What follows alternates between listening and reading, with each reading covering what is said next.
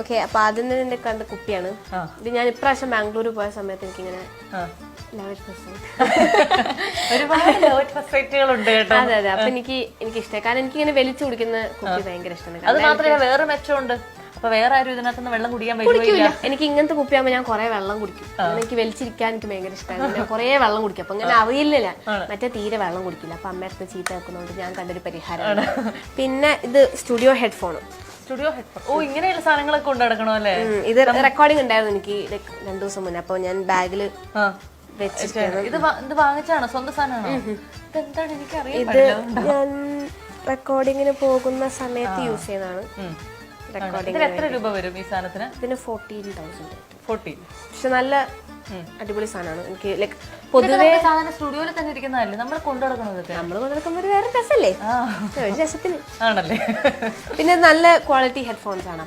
പിന്നെ പൊതുവെ കുറെ സിംഗേഴ്സും സ്റ്റുഡിയോ എഞ്ചിനീയർമാരുടെ അടുത്തൊക്കെ സംസാരിച്ച് അപ്പൊ അവരൊക്കെ പറഞ്ഞു ഒരു ഹെഡ്ഫോൺ എപ്പോഴും ഉള്ളത് നല്ലതാണെന്ന്.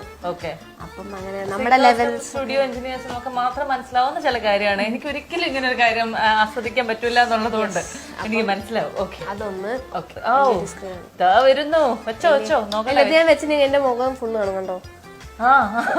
ഇല്ല, വെക്ക് നോക്കട്ടെ. ഭംഗിയില്ലേ? നന്നായിട്ടുണ്ട്. അങ്ങനെ വേണ്ട, എനിക്ക് ഞാനൊന്ന് വെച്ച് നോക്കട്ടെ. ഇതാ എവിടെ പോയി വാങ്ങിച്ചാ? അത് മിനിസോ. അത് ശരി, മിനിസോയിൽ നിന്ന് വാങ്ങിച്ചാ? അതെ, കൊള്ളാം. ഇത് എന്നെക്കാളും കൂടുതൽ ഇടാറ് അമ്മയാണ്. അതെ, എന്റെ അതിൽ എവിടെയെങ്കിലും.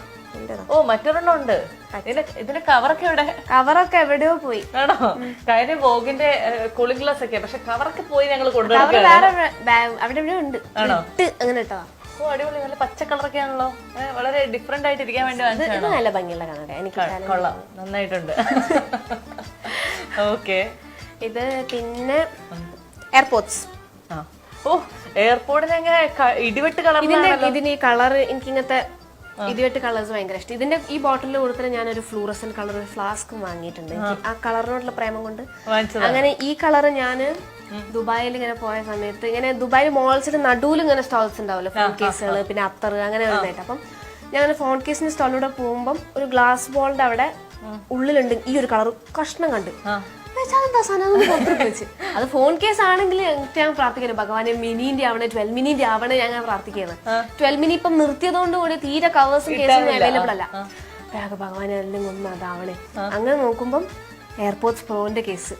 അപ്പൊ എനിക്കത് ഇഷ്ടം ചെയ്തു. അപ്പൊ ആ സമയത്ത് 2 ദിവസം മുന്നേ അമ്മ എയർപോർട്സ് പ്രോ അവിടെ നിന്ന് വാങ്ങിയിട്ടുണ്ടായിരുന്നു. അപ്പൊ ഞാൻ പറഞ്ഞ ഒരു കാര്യം ചെയ്തു, എന്റെ എയർപോർട്സ് അമ്മ എടുത്തോ, അമ്മേന്റെ പ്രോ ഞാൻ എടുക്കാറ്.